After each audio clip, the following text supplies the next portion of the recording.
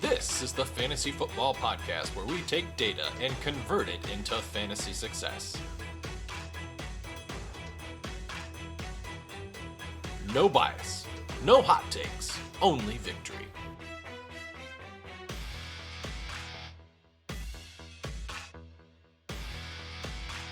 This is the Fantasy Alchemist Podcast, and now your host, Dustin Chandry.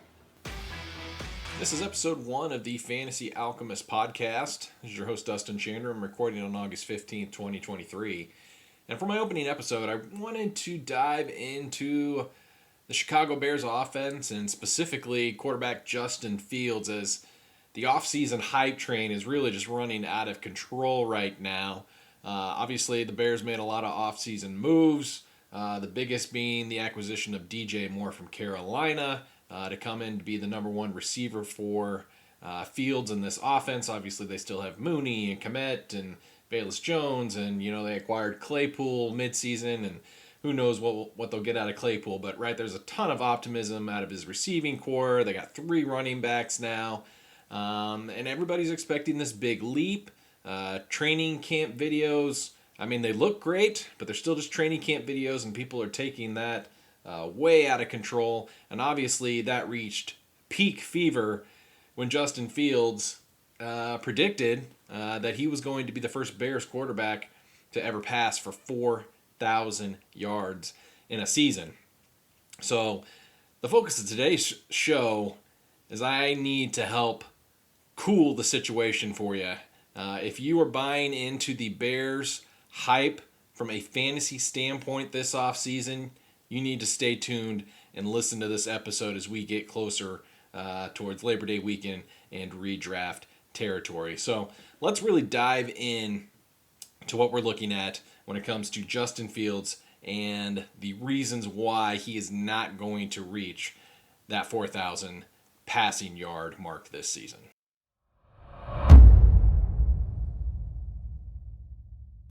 So let's go ahead and just start with the obvious. What did Justin Fields do last year from a fantasy standpoint? So he played 15 games, 192 completions out of 318 attempts, 2,200 pass yards, 17 touchdowns, 9 interceptions.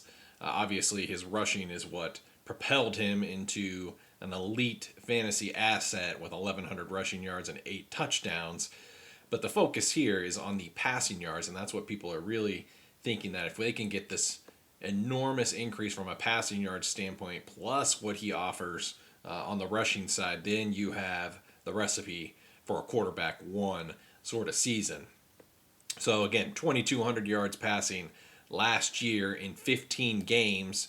That'd be an average of just a hair under 150 passing yards per game last year. Interesting enough, that's actually a little bit less than his passing yards per game in 2021, his rookie season, where he went for 156 yards passing per game in 12 games played, compared to 150 now in 2022 in 15 games played. So you could ask the obvious question here, just from a mathematical standpoint. Let's assume he plays 17 games. That's a big if, given his style of play. But again, if he plays 17 games, how many yards per game does he have to pass to get to 4,000? That'd be 235 passing yards, which would be an historic increase in year-over-year pass yards per game. We are talking over 56% increase in your per-game passing yard total. So just to illustrate that, I started to look through the annual data, and I wanted to look at just how many players have even passed for 4,000 yards? How frequently does this happen? So since 2012, I looked and I found, a lot of quarterbacks have passed for over 4,000 yards per season. So as this 2012 to 2022, this is an 11-year sample. In total, 33 quarterbacks have passed for over 4,000 yards in a season. Interesting enough, the one who has done it the most times in that 11-year sample is, of course, the greatest of all time. That's Tom Brady. He did it 10 times. Matt Ryan's done it 9. Phillip Rivers, 8 years. Matthew Stafford, 8 years. Aaron Rodgers, 7 years. Interesting enough, Kirk Cousins is right there, 7 years. Drew Brees, 6 years. Patrick Mahomes, 5 years. Of course, That's the first 5 years Patrick Mahomes has been a starter in this league. He's passed for over 4,000 yards. Right, so we got 33 guys who have passed for 4,000 yards in this 11-year sample.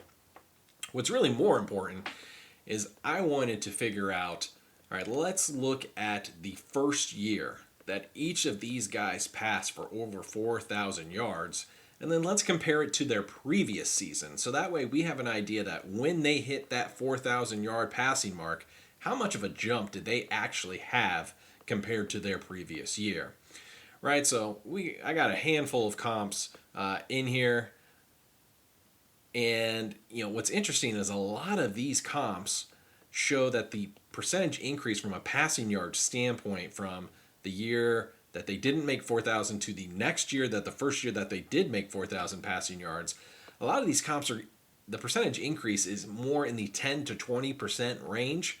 Again, Justin Fields' target, we had just established, is 56%. That's his per game average he's going to have to hit. The closest comp you could get to was Blake Bortles, who in 2014 passed for 2,900 yards, and then he exploded for 4,400 yards the following season. That was an increase of 52%. And that is a massive outlier.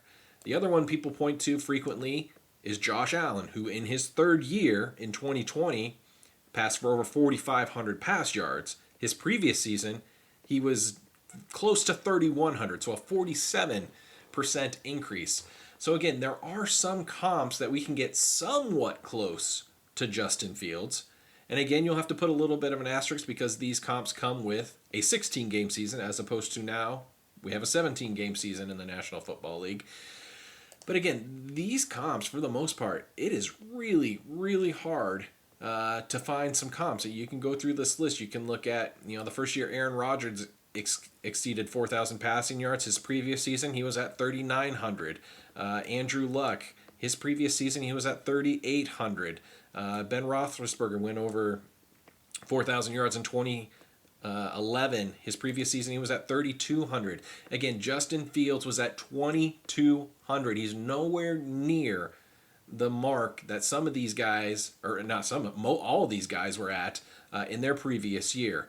So another way to look at this would be related to pass attempts as opposed to just looking at the yardage total historically. So I looked at from 2012 to 2021, again an 11-year sample. I just wanted to look the average NFL team's annual change in pass attempts and pass yards has slowly and incrementally been increasing. Every year, the average increase in pass attempts has been about 2.5 attempts per game, which is correlated to almost 8 yards per game. Again, that's every team for each year-over-year change. So then I did a scatter plot looking at every team's year-over-year change in pass attempts, just to identify a typical range of outcomes. What could we actually expect from one year to the next?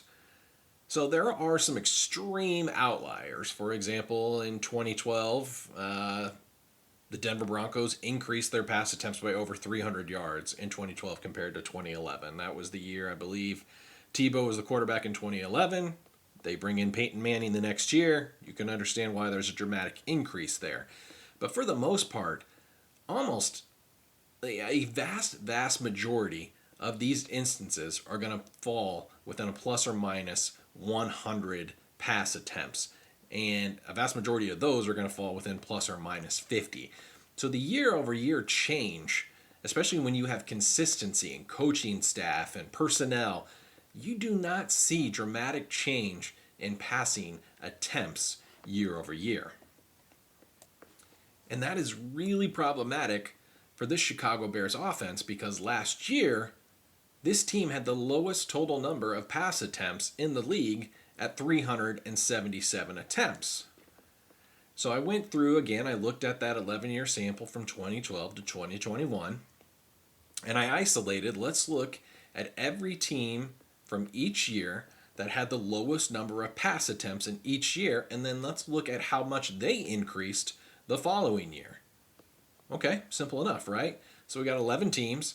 their year-over-year increase, on average, was 43 attempts per game.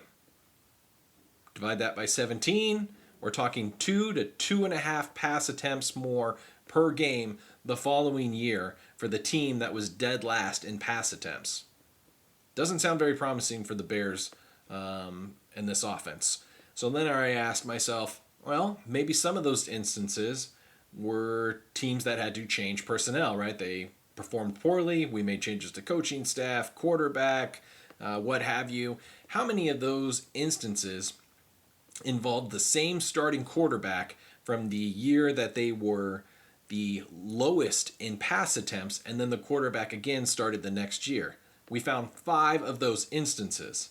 Now, if you're thinking through this, there's 3 of them that stand out because it's the exact same team and the exact same player, and that's the Seattle Seahawks and Russell Wilson, who in 2012 had the lowest attempts, continued to quarterback. 2014 had the lowest attempts, continued to quarterback in 15. 2018, Seattle had the lowest passing attempts, again was the quarterback in 2019. Right, so Russell Wilson makes up 3 of those 5 comps. The other 2, Buffalo Bills, Tyrod Taylor in 2016 had the lowest attempts, again was the starting quarterback in 17. And then the one I think is probably the best comp, if you will, and even then it's still hard to find a really great comp for Justin Fields because he is so unique. But the best comp, I think, obviously would be Lamar Jackson and the Baltimore Ravens. In 2019, they had the lowest passing attempts in the league. Again, he's the quarterback in 2020. Now, Lamar Jackson's second and third year in this league, that'd be 2019 and 2020, look somewhat on par with what Justin Fields has done in this league. So, in 2019, Lamar Jackson, 3,100 passing yards, 36 touchdowns. Obviously, his passing touchdown total well exceeds Fields. But from a rushing standpoint, he had 1,200 yards rushing and 7 touchdowns. And again, the following year, he had 1,000 rushing yards and 7 touchdowns. So Lamar, from a passing yardage standpoint, is much more on par with what Fields has done. This is a guy who has typically passed somewhere between 2,700 to 3,200 yards per season.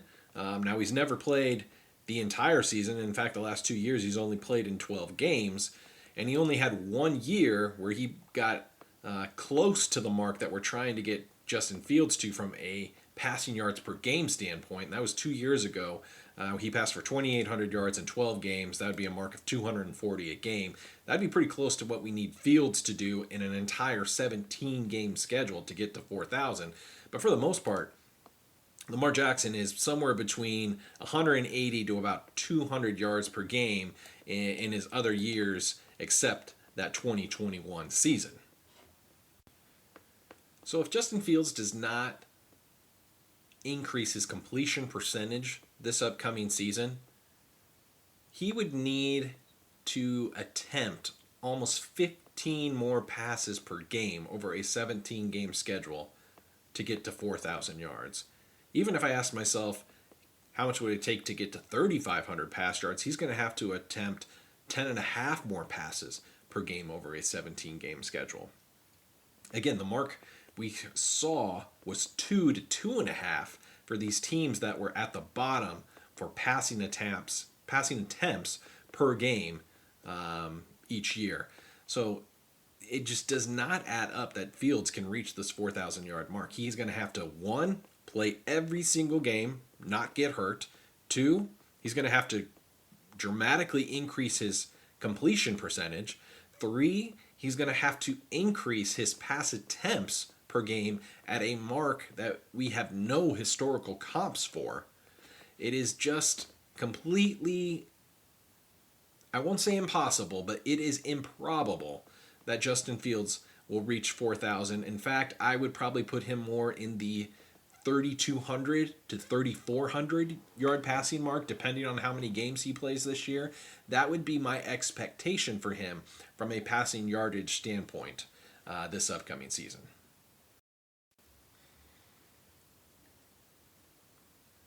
So the real concern for the Bears this season is not really Justin Fields. I think he's going to be just fine from a fantasy standpoint. I think you'll get similar production to what you got last year.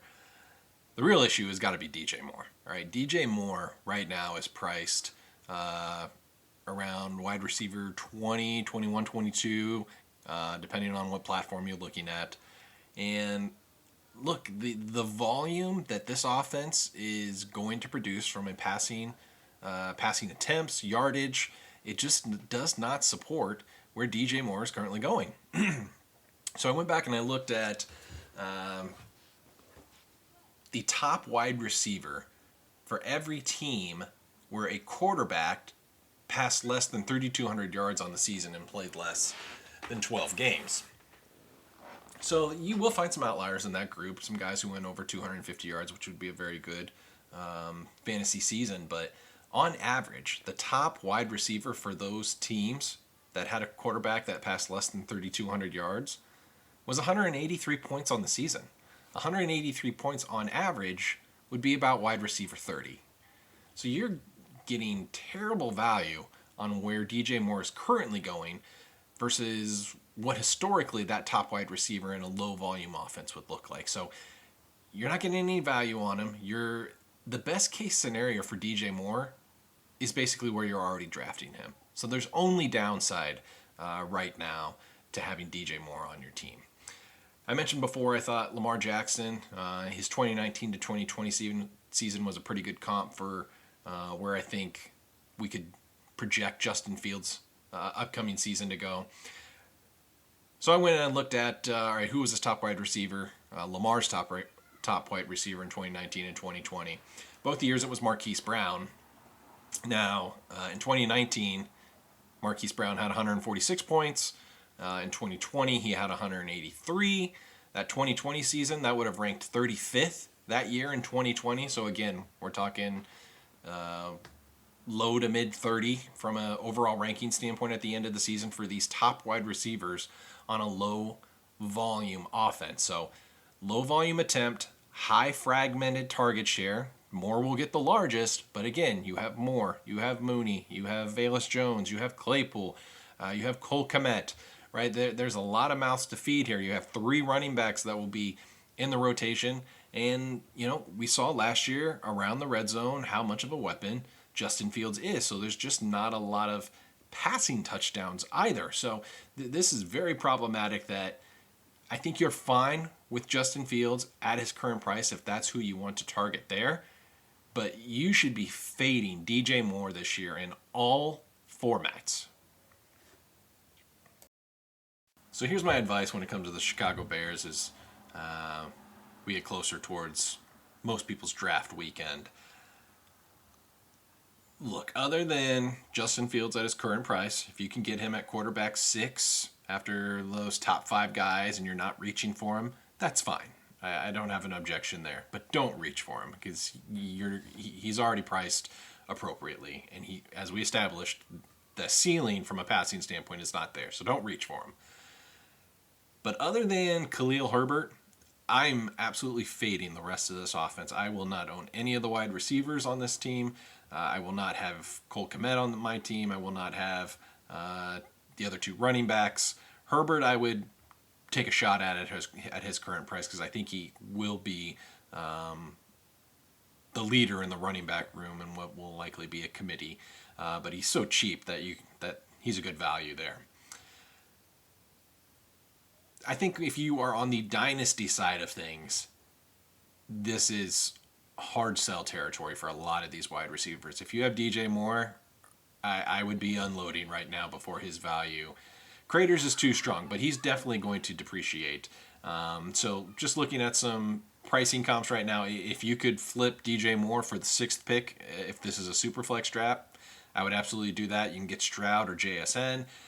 Maybe you can flip him straight up for Drake London, all right? Maybe a lot of optimism about Moore. London, touted rookie, struggled last year in partly just because of the surrounding quarterback play and the rest of the offense.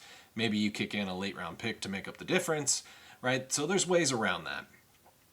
I think the interesting question is more along the lines of if you own Justin Fields in your Superflex Dynasty League, what do you do with Fields? Now, if you got a 1 quarterback league, you just hold Fields. His value, his ceiling is too high for you to trade him in a 1 quarterback league. But in a Superflex league, I think you should absolutely be exploring this on the condition that you're not a contender right now. If you're a contender, you just ride Fields.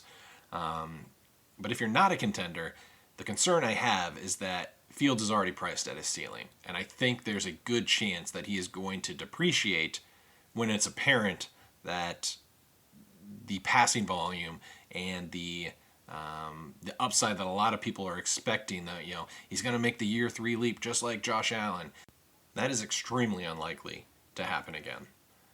And if you look at, many of us have done dynasty startups, superflex startups here over the course of this summer. Justin Fields obviously consistently is somewhere probably in the middle to late first round from a dynasty startup standpoint.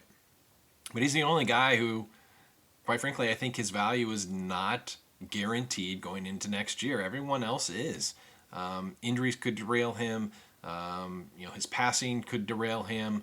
The coaching staff, he's still on his first contract, right? I believe he's more likely to be a depreciating asset than he is to be holding at his current value. So with that said, if you're not contending, I would be looking to see what I could get for him, because I think he's at his peak value right now. And one interesting player you could target to downgrade into and pick up picks, I think would actually be Kyler Murray. And I know some of you might scoff at that notion, but right now, if you could go out and you could pick up Kyler Murray and 2 first-round picks in return for Fields and maybe a second or third rounder back as well, I think you make that trade, right? You tank this year, you get Murray, you draft Caleb Williams, and then you have 2 first-round picks to go with those as well, and you quickly rebuild this team, and you've unloaded Fields potentially as a depreciating asset. So in summary, don't be that guy or girl in your upcoming draft that reaches for Justin Fields. Don't be that person who has DJ Moore on their roster, right? I think this Bears offense is going to, by and large, let you down this year if you get overexposed or you reach too high compared to where they are currently priced. So, that'll do it for the first episode of the Fantasy Alchemist podcast. I want to thank you for joining me. Stay tuned. You can find information on how to find us on Twitter or email us at Gmail. So again, this is Dustin Chandry signing off. We'll see you next time on the Fantasy Alchemist podcast.